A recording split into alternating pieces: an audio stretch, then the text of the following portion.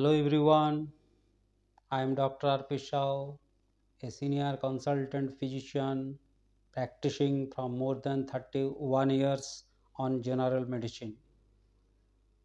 আজকের প্রশ্ন হলো সুগারের ওষুধ খেয়েও সুগার কন্ট্রোল হচ্ছে না।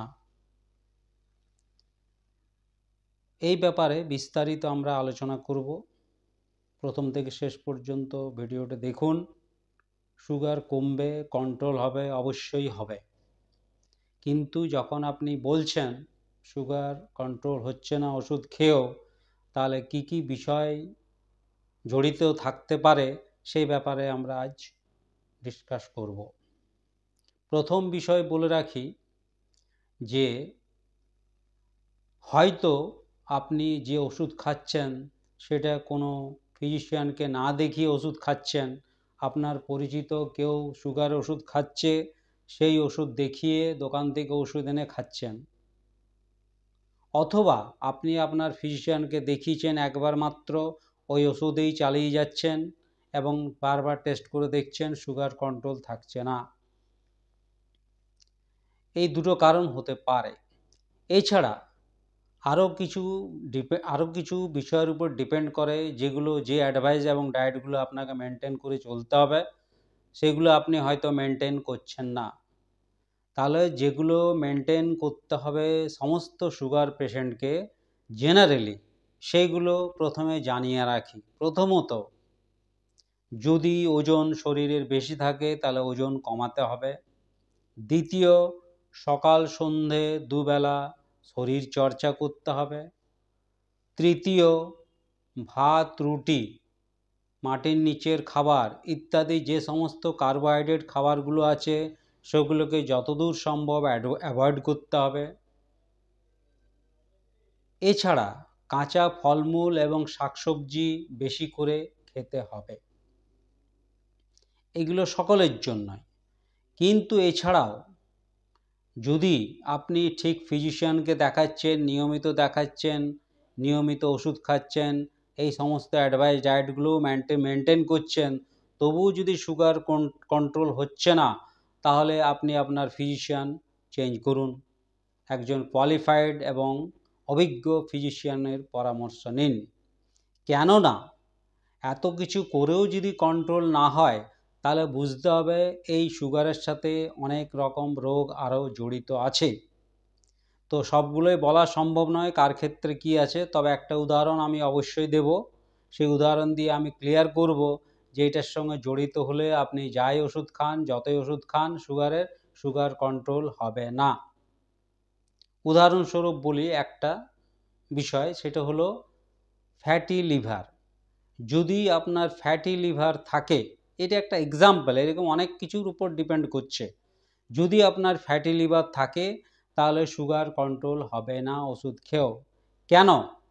কেননা যে সুগার তৈরি হচ্ছে কার্বোহাইড্রেট খাওয়ার পর, সেই সুগারটাকে শরীরে কাজে লাগায় কে? সেটা হলো ইনসুলিন হরমোন। তো সেটাকে কাজে লাগানোর জন্য আমাদের যে খাদ্য ঘর রয়েছে শরীরের মধ্যে, দ্যাট ইজ লিভার, সেই লিভার যদি আক্রান্ত হয় ফ্যাটি লিভারে, তাহলে তার ভেতরে কিন্তু ইনসুলিন প্রবেশ করতে পারে না। তাহলে ইনসুলিন যদি ওর ভিতরে প্রবেশ করতে না পারে, বাধাপ্রাপ্ত হয়, তাহলে সেই সুগারটাকে শরীর কে কাজে লাগাবে? তখন স্বাভাবিকভাবেই ব্লাডের মধ্যে সুগারের পরিমাণ বেশি থাকবে।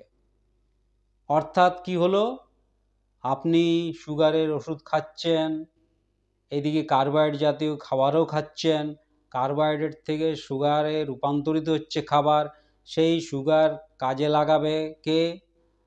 ইনসুলিন জাতীয় হরমোন। সেই হরমোন কিন্তু পৌঁছাতে পারছে না লিভারে, কেননা লিভার ফ্যাটি লিভারে রূপান্তরিত হয়েছে, অর্থাৎ বাধাপ্রাপ্ত পাচ্ছে, লিভারের মধ্যে যেতে পারছে না, সুগারটাকে শরীরে কাজে লাগাতে পারছে না সেই ইনসুলিন হরমোন।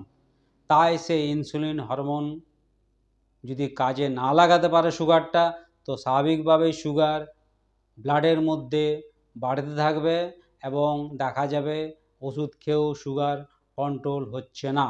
এইটা একটা জাস্ট এক্সাম্পল, এইরকম অনেক কিছু ফ্যাক্টর আপনার শরীরের সাথে জড়িত থাকতে পারে, সেটা একমাত্র আপনার ফিজিশিয়ান সেটা ডায়াগনোস করে সুগার কন্ট্রোল অবশ্যই আপনার করবেন। তবে অবশ্যই আপনার ফিজিশিয়ান কোয়ালিফাইড হতে হবে এবং অভিজ্ঞ বা এক্সপিরিয়েন্সড হতে হবে। তো যে কোনোভাবে আপনাকে সুগার কন্ট্রোলে রাখতে হবে, কেননা সুগার যদি দীর্ঘদিন ধরে কন্ট্রোলে না রাখতে পারেন তাহলে কি হবে, সুগার থেকে চোখ, কিডনি এগুলো নষ্ট হতে থাকবে, এছাড়া হার্টও নষ্ট হয়ে যায়। পরবর্তীকালে আপনার নার্ভাস সিস্টেমকেও ইফেক্ট করে। তাহলে মোটের উপর বেশি দিন ধরে, দীর্ঘদিন বা বেশি দিন ধরে সুগার যদি লিমিটের বাইরে থাকে, রেঞ্জের বাইরে থাকে, তাহলে এই সমস্ত